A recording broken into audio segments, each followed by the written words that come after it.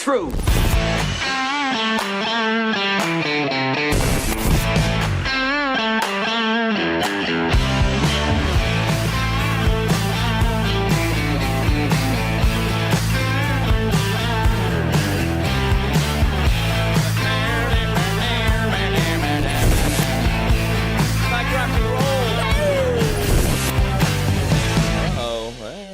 Hi, I'm Jim Price of Jim Price Show Daily Update. I'm Jim Price, Jim Price Show Daily Update. Thank you guys so much for tuning in. Well, the date is the government's, right? They always tell us how to do this, so we're going to call it June 26th. It's a Friday, 2026. Well, guys, yeah, that's about it for June. So we're going to call it a month here, things like that. But anyway, I was just looking at a few things here. For some reason, man, it's amazing how this computer just changes things. Lickety-split. It just does it like it wants to. Kind of crazy. Well, anyway, guys, we got today's episode. We're going to call it Secrets, only because, we all got a few here or there. Looks like John Bolton. Remember John Bolton, the big walrus mustache guy? We didn't really like him too much about 8 years ago and 9 years ago, maybe 10 years ago, I guess it's now. He kind of got in the way of a few things, and also him and Comey were in bed together on a few things. Well, here we go.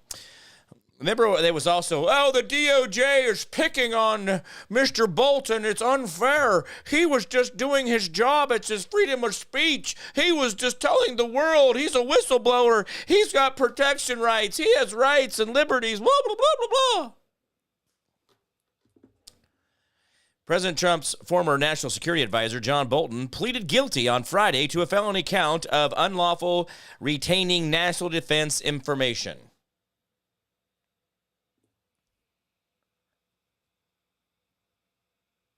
If I remember right, during the whole news cycle of that 2 or 3 day little episode when this all first happened a few months ago, we heard that, oh my gosh, I can't believe you're going after an elderly man. How dare you go after a man in his late 70s? Oh, I cannot believe the tragedy. Wait, how old is Trump? Anyway, Bolton, 77, had faced an 18-count indictment that had accused him of both transmitting and retaining highly sensitive classified materials during and after his time in the Trump administration. Bolton served as National Security Advisor from April 18 to September 19. Prosecutors alleged that while in that role, he created extensive diary-like entries and notes daily, meetings with foreign leaders, intelligence briefings, and sensitive policy and discussions. He then transmitted more than 1,000 pages of this material, some classified up to top secret SCI level, via his personal AOL email account and messaging application to 2 other unauthorized individuals.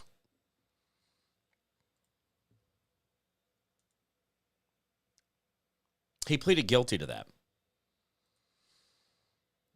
Hey, good to see everybody. Thank you so much for being here. Now, what I want to point out here, though, is that remember this whole thing with Comey, and remember this whole thing with Bolton and a bunch of other these guys that were out there running shop on things. Well, he was one of them that was like, I'm not an animal, whatever he was saying. He kept going on about how he was picked on and he was just so elderly and frail and how it was unfair that blah, blah, blah, blah, blah, blah. Mm-hmm. What are we doing here? Why is this, acting like this?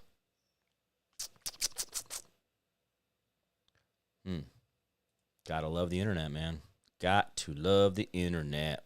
Internet, what? 1776 night, the Dirty Peach Village, that was back in 22 on the 2nd. Yeah, that was a memory that came up on mine from 4 years ago. Golly, the things that I have done, I have been very, I will do say that I've had a very blessed journey with all this. I mean, these are all the different badges and,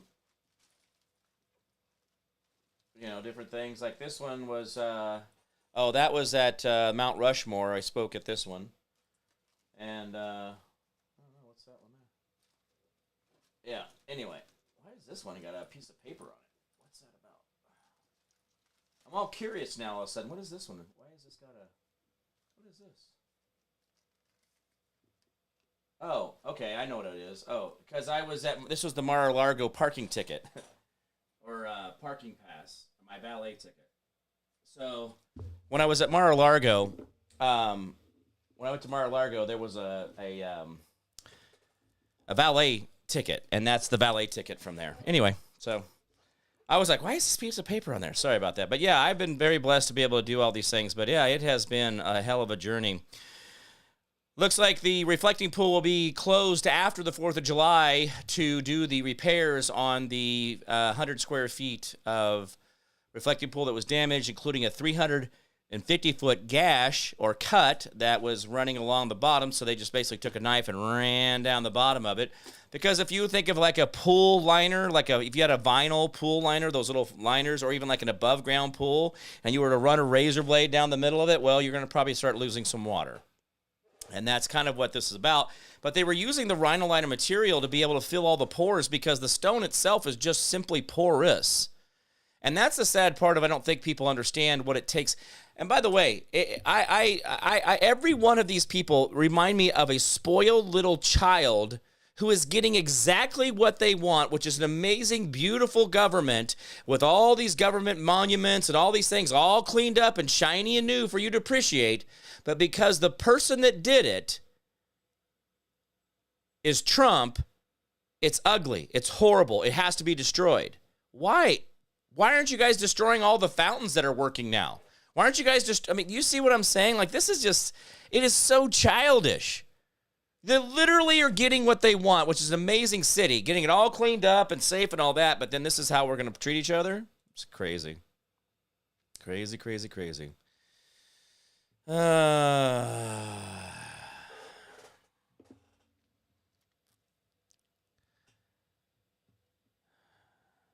All right, so that's I think of it just like a spoiled little child, like a little brat that just gets everything they want, and then even though they're getting what they want, they still throw a fit about getting what they want. I don't know.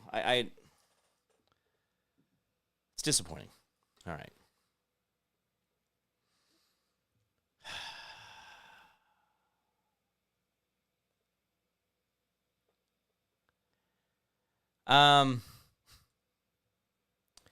James Carville. I don't know how this guy is still around, this James Carville guy. First of all, I appreciate that he has his body fat count to about 0, but I don't understand what he's doing or what his purpose is and why he says what he says. I guess he was some type of political advisor back in the day, and he, whatever. So he's got some clout there, but everybody keeps going back to this guy like he is some type of well of knowledge, and I've just not really, I don't know. I'm not getting it. He reminds me of Stephen Colbert. He reminds me of Don Lemon. He reminds me of Rosie O'Donnell. He reminds me of all the same type talking heads who've been told, you're amazing when you do this. Talk like that. Yeah, go do that thing. So let's see what that looks like. Let me change my view here. Let me get my face right up on the camera. There we go. Boom. Hello, everybody. All right, here's James Carville. Let's see what this guy has to say. Oh, golly. Mr. Valiant, the New York Times reported, and I have the quote right here. I'll get to it. She is against, passed off all her views. She has attacked interracial relationships in the American flag. Lady, I ain't in the same party as you. I'm sorry. I just not. And I actually do think it's time for Democrats to talk the S word, schism. I really do. Everybody's always said, no, we're coalition, we're big tent. And there's just some shit that I can't be in the same tent with. Okay. And we talk about what Madame was 3 for 3 last night. All right. In Manhattan. Okay. They call it the Commie Corridor. Fine. Okay. All right. Jason Crow's service PAC, vote vets, 10 for 11. You wouldn't know Jason Crow exists. Okay. No, you wouldn't. You wouldn't know it. You wouldn't know Abdel Sandberg exists. You wouldn't know. I want to be very specific. I understand the free press for being here because they nominated David Duke or something like that. We'd be the same way. I understand all that. To the extent I understand the Times, because they are the New York Times, so they have to cover. They are the hometown newspaper. But the idea that we must neglect everything else that's going on, all of these other primaries, all the recruits Jason has, all huge, phenomenal successes we've had, and declare that the party is now under the control of the Democratic Socialists of New York City is insane. But understand, these people do not like Democrats. Not only are they not Democrats, they wish Democrats poorly. So I just cannot. Maybe there's a way that you can say to, I guess Mandami is the leader of it, is, you insist that, try to insist that the people that run under your banner run as a Democratic Socialist and don't use the Democratic Party as your guideline, and let's negotiate the terms of a schism here. Maybe we can part under some kind of advantageous terms for both of us. But I'm done. I'm not in that fucking political party. I am totally comfortable in a political party that spends time questioning the policies of the government of Israel. In fact, I'm enthusiastic about that. I don't want to be in a political party that denies the right of the state of Israel to exist. That's just not. I just can't do that. I'm sorry. It's just not doable. They are a great gift to Donald Trump. Okay. I don't know what a schism is. I don't know what he means by schism. I guess I'm not up on his lingo, but my point of playing his thing is he's talking about how let me point out something here. Let me do this. I, James Price, believe that the country of Israel should exist. Do I believe the country of Israel is any specialer than any other country on earth? No. Do I have the belief that they can live on their own and they can do their own shit and they can solve their own problems? Yes. Do I believe that we should support Israel because of religious reasons? No. Now, if you as an individual Christian feel that you want to support a country because that's what you want to do, that's fine. But as a country, we really cannot think of that way. We cannot think of it as we're going to specially put one country up on this pedestal and just do everything they ask and be amazing for them, and they're so cool and they're so great. No. No, that's not how that works. Now, do I believe that the lineage, the DNA of a person from Africa is better than a person from China? No. Do I think a person from Russia is better than a person from China? No. Do I think someone born in Brazil is better than, with Brazilian DNA, is better than a person from Chile, right next door? No. This is a problem for us, guys. I don't have a problem with the country Israel. I don't have a problem with the religion of Judaism. I don't have a problem with the people of Jewish lineage. But if you're telling me that I have to obey, bend the knee, go out of my way, put them in front of me, no, that's not how that works. Sorry. There's only 8 million of them, by the way, anyway. That's a small town. I mean, that's L.A. Man, what the hell, guys? Come on. I'm not saying get rid of Jews, but geez, we can't run around and act like we're always just doing things special just for that. That really makes it look weird. Makes it very, very unhealthy. Okay, so this is a Kathy Hochul problem. She showed up to a sporting event and decided that she wanted to be something extra special.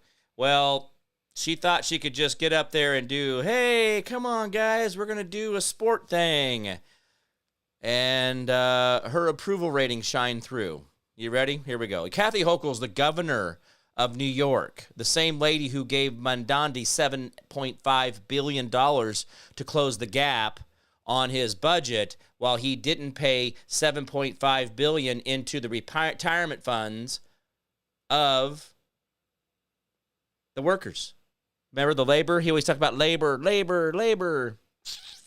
All right, well, let's watch this little Kathy Hochul popularity poll.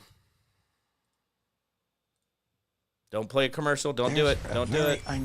Yeah, they did it. 2, 1, bingo. She's proud to hail from Western New York, and we appreciate her support as she travels across the state. Thanks, Hochul. You're the best. Oh, Hochul, yay! All right, let's get this party started. Let's go. Let's go, Buffalo. Let's go, Buffalo. Let's go, Buffalo. Nope. All right, seriously? Nope, seriously. You're going to win a championship season with that kind of enthusiasm? Nope. Men and women of labor, you know what I'm talking about. Let's go, Buffalo. Labor. Let's go, Buffalo. All right, we got to get this place some good karma, right? Yeah, you're not it. Send our boys off to a great sense of accomplishment and victory in the wings. And so I am so proud to be here. Victory in the wings. This is a day that I've waited for, I've prayed for. You prayed for a stadium? Action because I knew we had to do this. So Buffalo, I'm so proud to be back home. And as we all know who said it, you can say it along with me. Where would you rather be than right here, right now? Thank you, Coach Marv Levy. So as a daughter of Buffalo, a life. Okay, we're not going to listen to that thing go on for much longer there. Anyway, so let's go, Buffalo. Let's go. Let's go. Let's go. Oh, how can you win a championship season if you don't get this karma? Buffalo.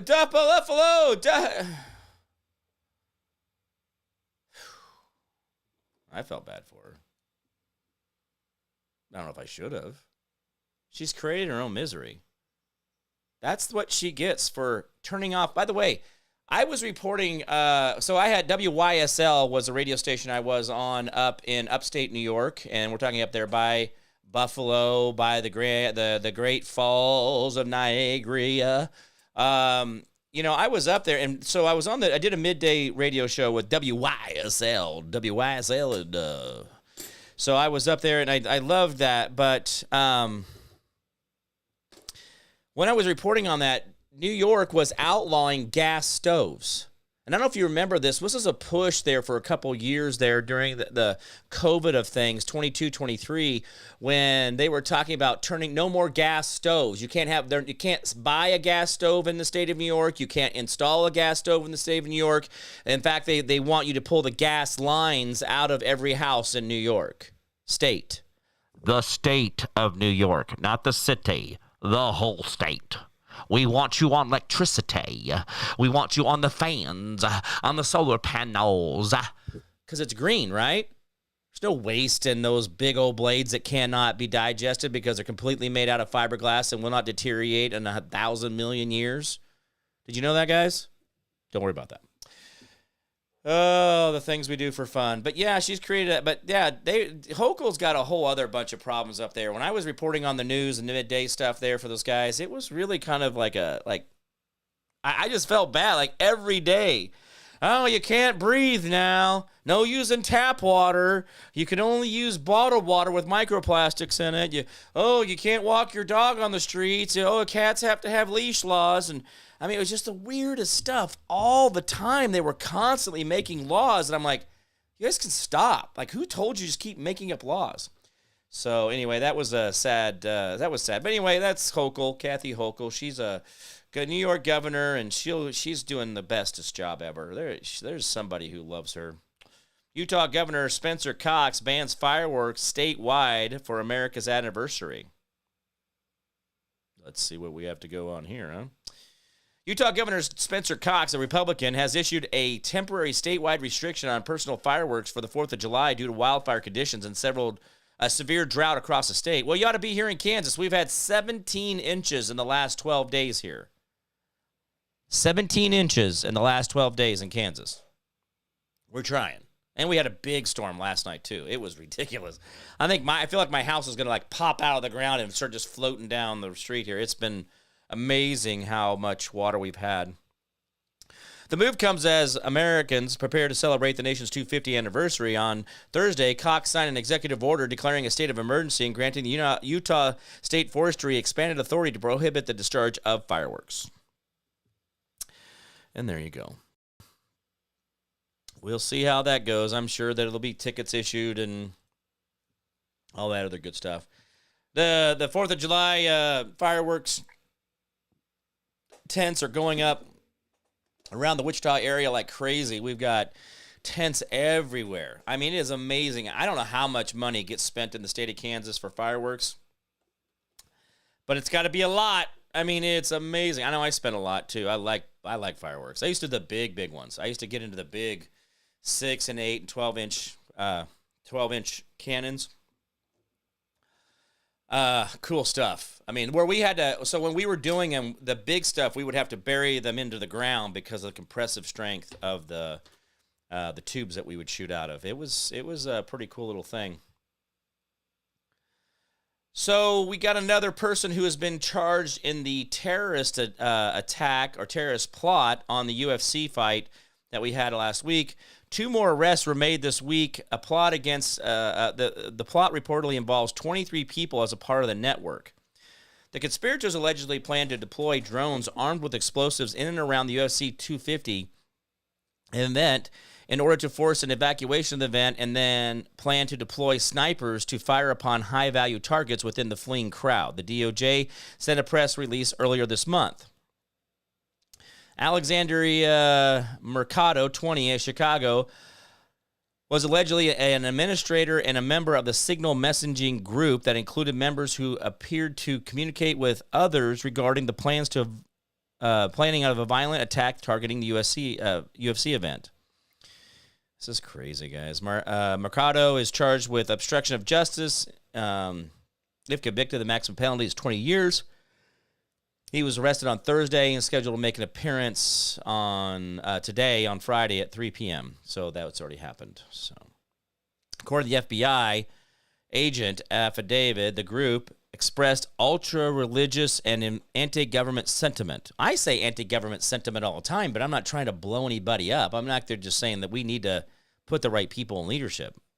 Anyway.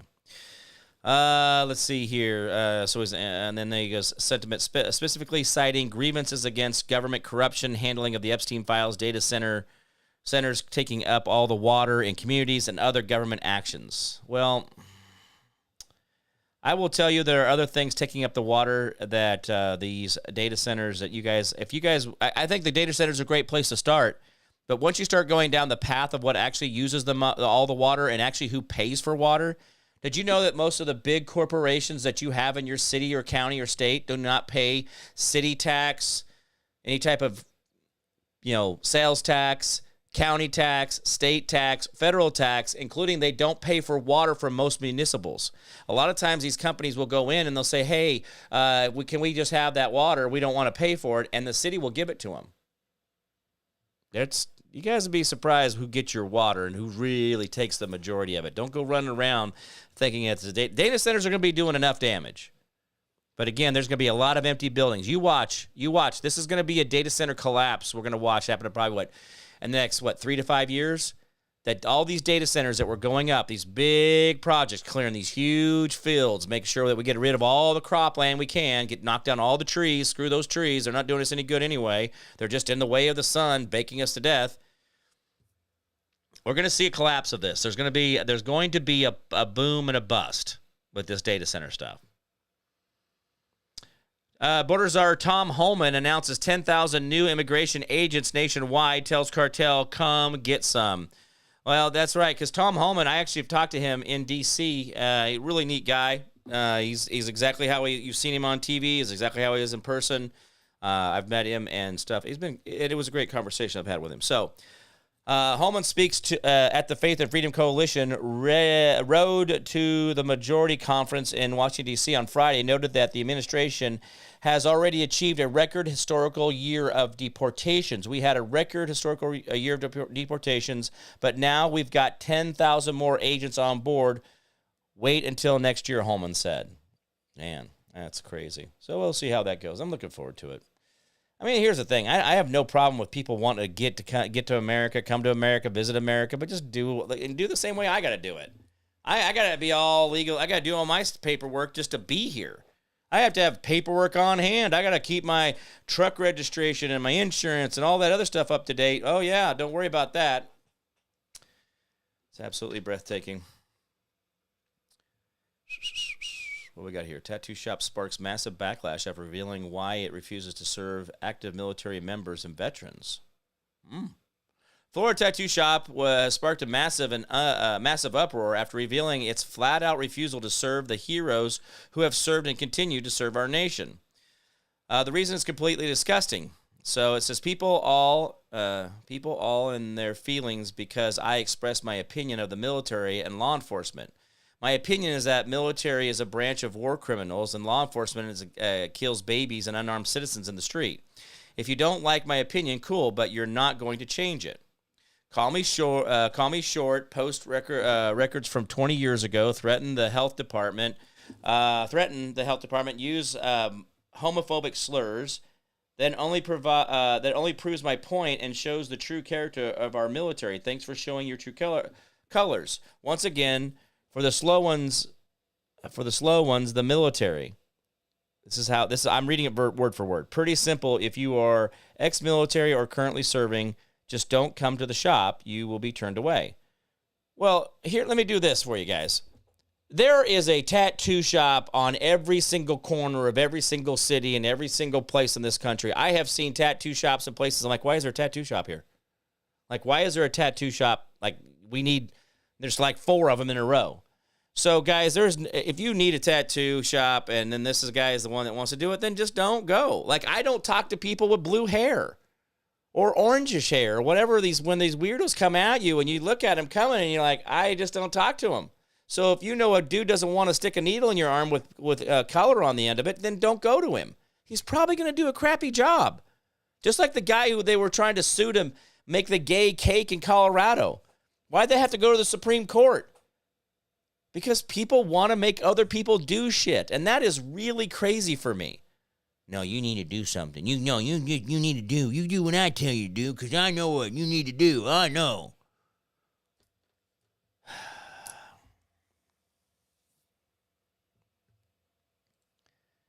I don't know why we keep wanting. I want us to see and know what the threats are. I want us to see and know what we need to do, prepare for things. But why do we play ball with these people? Why do we act like we need to engage or go back and forth? I don't think that's a process.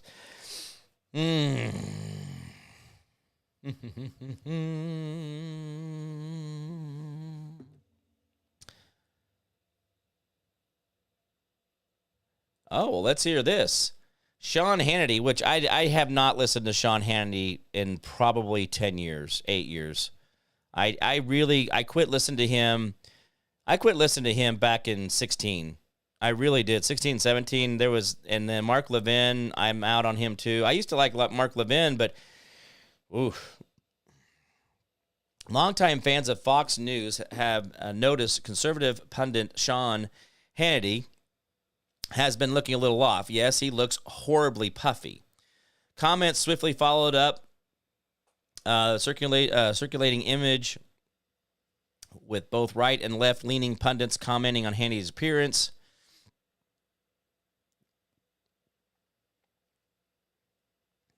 So Sean says, thanks to everyone who has checked in. I already addressed this several times on my radio show, but while training, I developed a painful pinched nerve in my neck. My doctor put me on prednisone to reduce the inflammation, and while it's helping, it has led to laryngitis and some other. So basically, he's getting all puffy blown out because he says he has a pinched nerve in his neck from training.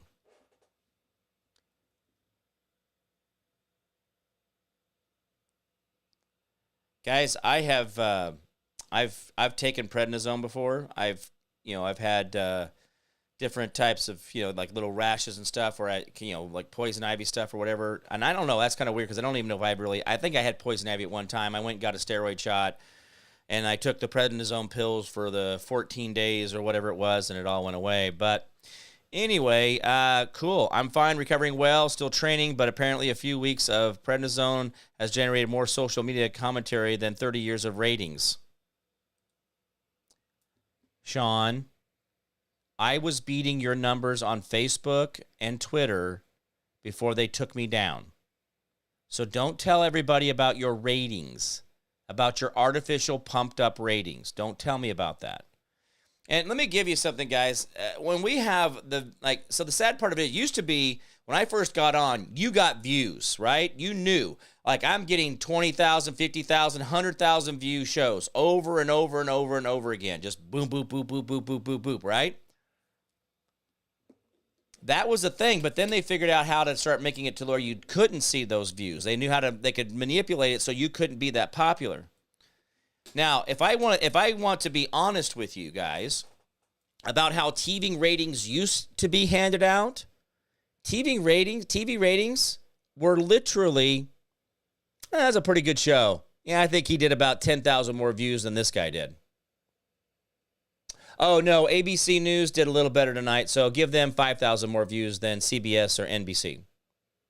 Oh, no, that HBO special with such and such, that got 10 million views.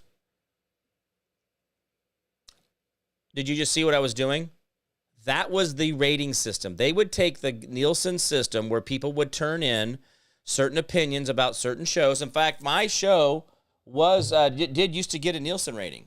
I had a couple of my viewers, they're actually Nielsen rating people that were actually listening to my show. And they would put me in, and they told me, they were like, yeah, I put you in as my Nielsen. That's what I watch. But I never got ratings on it because what was happening is actually this company, right, this hidden hand, the banker of viewership through media, well, that's radio and television. Well, now we've got the social media counter, but we know that they're manipulating that, but also shadow banning. Now, so we went through a very short window. They're from about 16 to about 20. People were still getting most of their views accurately. But after 20 and 21, that's when I got cut off. That's when I lost my Facebook page. That's when I lost all my stuff on Twitter. That's when all these different things started swirling and happening, and I couldn't figure out where all my views went. But the sad part of it is now they manipulate these views. So if Sean Hannity wants to get up there and tout his ratings under the fraudulent system that used to exist, and then now the fraudulent system that does exist, I don't know, Sean. When there was really no gatekeepers there keeping me back, I was beating your numbers. So, Sean, should we be celebrating me and my lack of puffing face? I mean, you're saying that, the puffy face got you more publicity than your ratings, but if your ratings were so great, then how could a puffy face be more popular than your ratings? Sean, if your ratings are so amazing and you're always like Mr. Number One, then why is it that the social media post of your puffy face is really getting more traction than your popular show? I don't think you have a popular show, Sean. I really don't. So, but we can't be honest, so who cares? Don't be honest.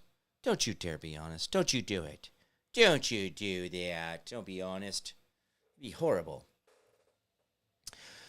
All right. Well, whatever, Sean. Here's one. I think I told you guys about this the other day, but this is actually happening right now.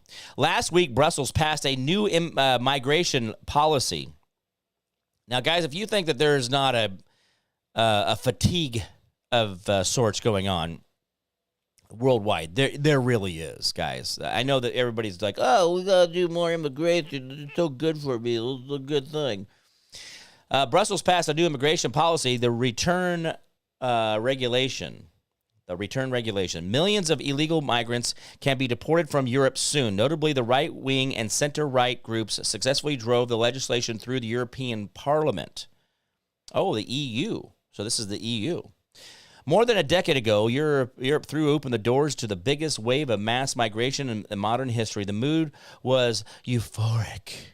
banners reading, "Refugees welcome," and chants of "No one is illegal, no one is illegal" filled the streets of Berlin and Paris and London. Today, the same continent is demanding deportation. Border control and return hubs. The left is devastated. Brussels, of all places, has become the engine of change.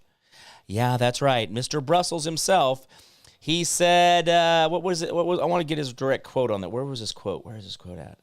He says, the European Parliament chanted, the European Parliament, the EU Parliament, the big that handles all the EU stuff.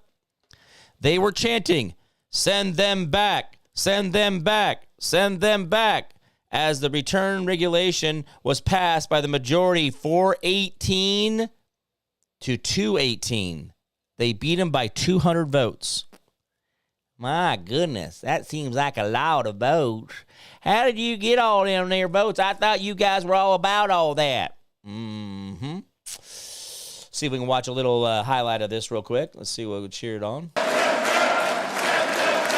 Send them back. Send them back. The first reading of Parliament is closed. On the agenda, the report by Mrs. Brigmont on the EU-Pakistan Agreement modification of concessions on tariff rate quotes. Vote on consent by roll call vote. The vote is open. Send them back.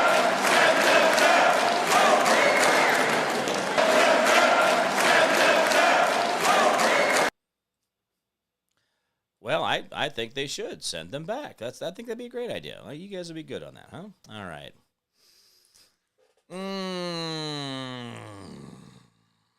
Why did U.S. election officials seek South Korea election experts during the 2020 presidential election? Oh, yeah. Oh, here we go. Communists, radical left New York City Mayor communist Zoran Mondonde is openly defying the Supreme Court and President Trump's lawful authority to enforce federal immigration law.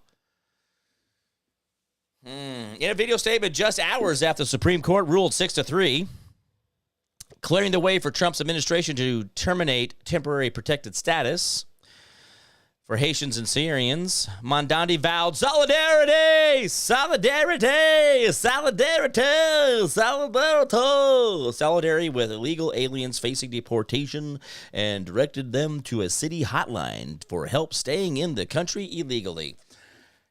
Okay, wait, hold on a second. I'm Jim Price. I'm gonna sit down here right now. I'm gonna get together a number. You can go to any amount of services and just get a number that's like. Because you can get like an extra text number. You can add numbers to your phone. But I'm going to do a 1-800,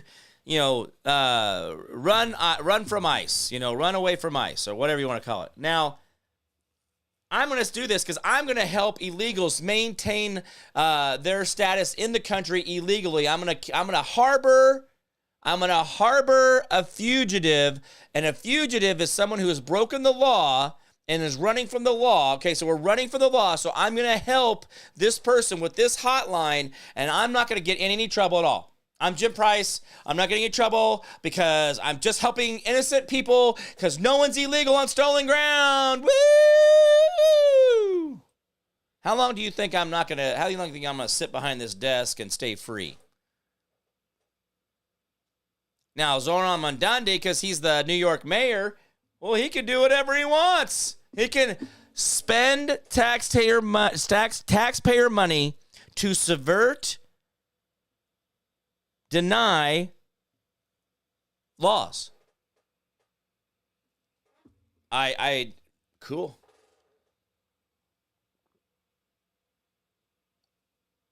Why does he get to do that? Why? Because he's using taxpayer money. It's different. The High Court decision allowed the Department of Homeland Security to end TPS protections for roughly 350,000 Haitians and thousands of Syrians nationwide, people whose temporary status was always meant to be just that, temporary. Right, they were never meant to be here permanent. They were supposed to come by and head back out.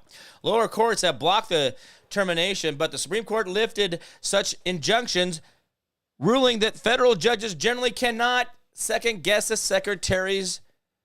Oh, this is so great. But Mandandi, the self-described communist and Democrat socialist mayor who has repeatedly called for the abolishing of ICE and turning New York into even a deeper sanctuary city, responded with pure resistance.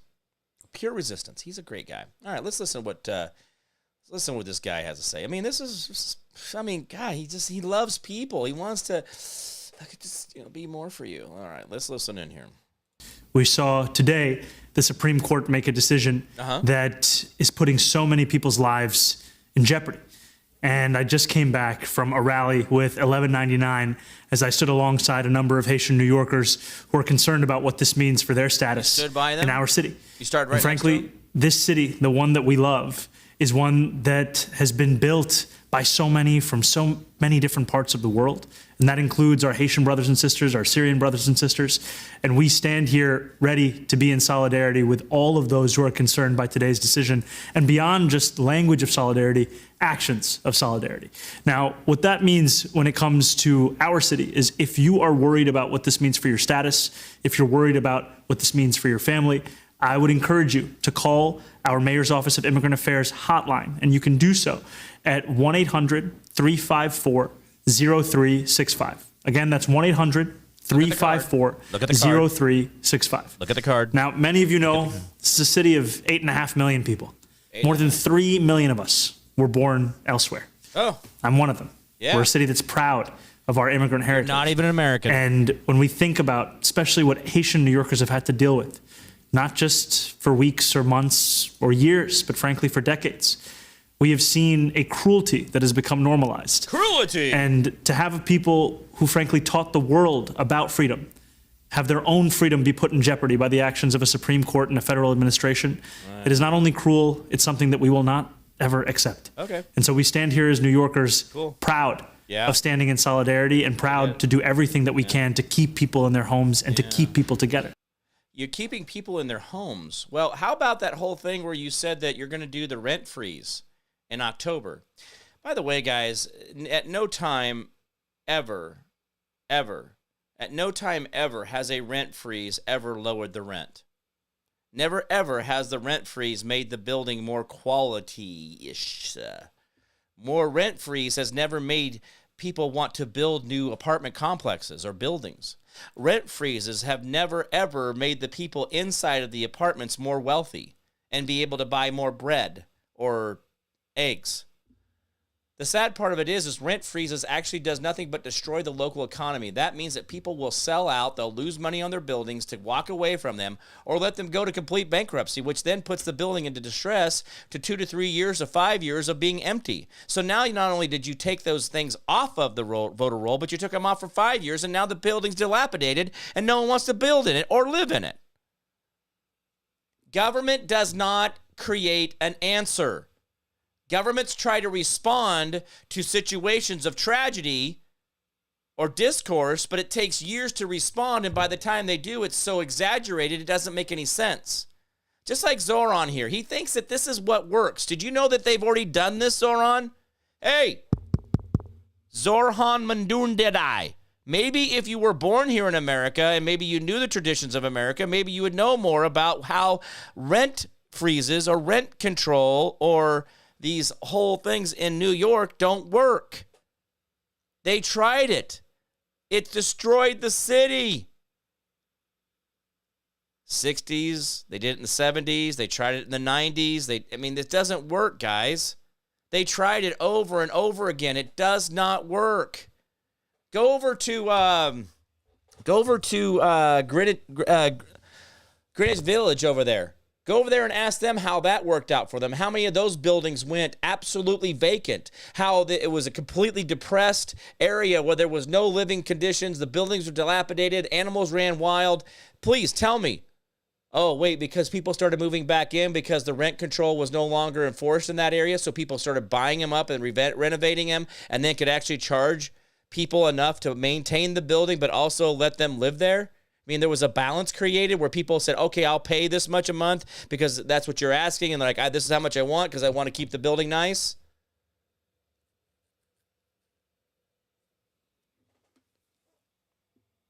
It doesn't work, guys. It doesn't work. It will not work. It will continue to destroy what is there. And by the way, here's the stupid part of it. Do you know that there's so much wealth in New York that it is even taking down the amount of wealth that's in New York? What they're getting ready to do, what they have been doing, has been destroying the wealth of New York exponentially. Other cities and states are becoming far wealthier, far more, cash flush than New York City. Or New York for that problem. Remember, Hochul just got up there a couple weeks ago and we need to go down to Miami and get those people and tell them to come back to New York. We're just going to go back there and physically get them and make them come back. You're the one that chased them away, Hochul. You're the one that did all the COVID stuff. You're the one that did all the lockdowns. You're the one that got rid of gas ranges. You're the one doing all the stupid shit. But Mondani's over here like, I don't know. We need to have more affordable living. Doesn't work that way, partner. I appreciate your stupidity. I get it. You believe it. And I don't. Hey, rock on, buddy. You can believe it all you want. But doesn't make it better, doesn't make it right, doesn't make it work. We are a constitutional representative republic. We are not a democracy. Even when Fox News puts up their democracy 2026, because we have the midterm elections coming up. We're not a freaking democracy. We vote. Listen to the word. We vote in a democratic process. We are not a democracy. I'll show you here in Black Law's Dictionary. Right here. Black Law's Dictionary. A democracy is elected leadership. A republic is elected servants. I live in a republic because I want my public servants to be beholden to me and listen to me and be fearful of ever offending me. Remember, Stalin said, I would rather offend 9 innocent people than ever let one criminal go. But in a republic, I would rather let 9 criminals go than to ever offend one citizen. You need to slow down and think about that for a minute. And what that really means. Because there's a lot more to that, those little words, what I just said there, than what we want to give them credit for.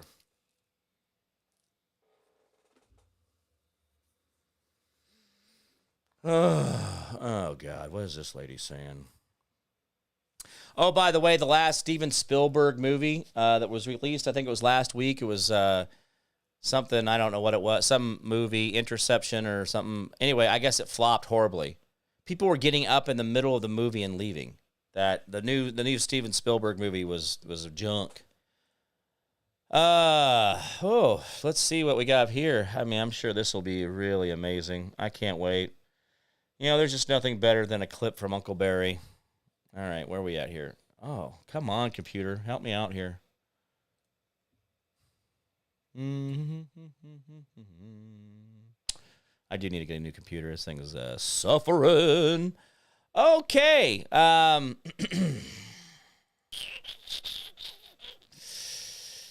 right. Well, Uncle Barry and his partner are going to talk here, so listen up. I don't know. He's completely uncomfortable with this thing being about him. I was like, he was just telling me, I think there should be a little less of me here. I was like, well, who should we be talking about? And he was like, Gandhi. And I was like, no, Gandhi will have his own museum. I think people coming here Gandhi's will going to have a museum? about you. But she's exaggerating. Okay, so Gandhi needs his own museum. Uncle Barry put up a bent up trash can, a bent up galvanized metal trash can in the middle of a park in the south side of Chicago. Didn't pay his contractors, and now Uncle Barry's partner is saying that he didn't want the building to be about himself. I wouldn't want it to be about myself either if that's what my building looked like. What are we doing? Why is it that this is like, did anybody tell him, like, what the is that, dude? Like, when you were sitting down with the different plans of that galvanized trash can in the alley, what were the other plans? Was one of them like a big, elephant's butthole or something, or it's got a big dog turd, and then the other one's like a car wreck, and the other one's like a mass, casualty event. Like, what did the other buildings look like that you're like, hey, stop the presses. Whoa. This is ding, ding, ding, ding, ding, ding, ding. I am so happy you brought this rectangular crushed can thing and the word thingies in the top where you can't really read them because they're all really because all the words run together.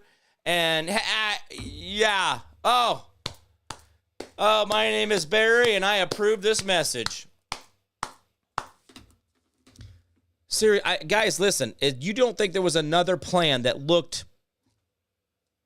better? And by the way, I know this is a thing we've been doing for presidents, that this presidential library thing, and it's kind of seemed like a recent deal. But why? Why do we have to have a presidential library? Just asking. So, what? I guess I need to go on a tour and visit all of the presidential libraries, I guess. Anyway, well, guys, enjoy your weekend. It's going to be amazing out there. We had a whole bunch of rain here for the last, 12, 13 days. It's been amazing how much we have got.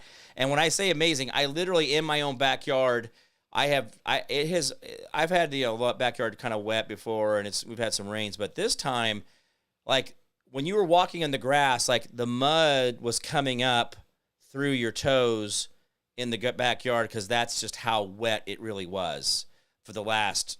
We have had buckets of rain. I don't even know. It's like I said, it's just been so much, and so anyway, we're gonna have 90s this weekend, low 90s, high 80s, and low 90s all weekend. And we do have 4th of July coming up next weekend, guys, so let's start planning for those things. It looks like I might or may not be in D.C. next weekend for the 250 celebration. I am trying to work on maybe putting together some plans, or maybe meet a few people up there as well. But I think if I do, I'm going to drive out of here and make a couple-day trip on my way up to D.C., spend the weekend there, and a couple days, probably Thursday, Friday, and Saturday, then see the 4th of July, and then head back either Monday or Tuesday. But then also, during that time, I was thinking about going ahead and taking a little bit of time to go meet my dad, and so I would go do the D.C. thing, come back through, run out west, and do some visiting and things like that, take a little time to catch up with a few people on my own. So, I don't know. We'll see how it goes. But yes, next weekend is 4th of July. So, guys, let's get ready to celebrate our country's new year. Not the birthday, the new year. All right, guys. Remember the 10% we do for our neighbor, community, city, county, state, the federal government. The more you do for them, less they have to do for you. Learn how to be selfless and not so damn selfish. The world will be a far, far better place. Remember, hold the line, hold fast, do not give up, do not give in. We'll win. A promise I can't keep, guys. You've always been the answer out there. Remember that Constitution. Well, that Constitution limits the government, but never limits you. You've always been the answer. Please live in a constitutional representative republic, and say that often. We do not live in a democracy. We vote in a democratic process. We vote in a democratic process. We are not a democracy, and that's why they use wordplay on you all the time, keeping you off balance. All right, guys, that's good for me. I love seeing you guys. I'm Jim Price, the Jim Price Show Daily Update. You guys all be good to each other out there.